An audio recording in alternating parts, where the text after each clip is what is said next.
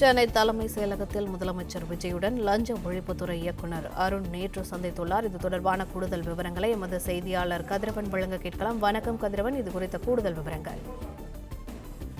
முதலமைச்சர் விஜயுடன் லஞ்ச ஒழிப்புத்துறை இயக்குநராக நேற்று பதவியேற்ற அருண் அவர்கள் மரியாதை நிமித்தமாக சந்தித்து வாழ்த்து பெற்றிருக்கிறார்.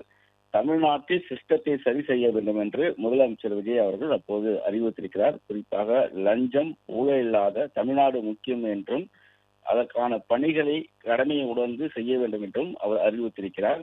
சென்னை தலைமை செயலகத்தில் நேற்று இந்த சந்திப்பானது நடைபெற்றிருக்கிறது. லஞ்ச ஒழிப்புத்துறை இயக்குநராக நேற்று முதலமைச்சர் விஜய் அவர்களை சந்தித்து வாழ்த்து பெற்றிருக்கிறார். தன் மீது நம்பிக்கை வைத்து லஞ்ச ஒழிப்புத்துறை இயக்குநர் பதவி கொடுத்த முதலமைச்சர் விஜய்க்கு ஏடிஜிபி அருண் அவர்கள் இன்று நன்றி தெரிவித்ததாகவும், உங்களை பற்றி கேள்விப்பட்டிருக்கிறேன், கடமையையும் பொறுப்பையும் உணர்ந்து செயல்பட வேண்டும், சிஸ்டத்தை சரி செய்யும் வகையில் செயல்பாடுகள் இருக்க வேண்டும் என்று முதலமைச்சர் விஜய் அவர்கள் அறிவித்ததாகவும் கூறப்படுகிறது.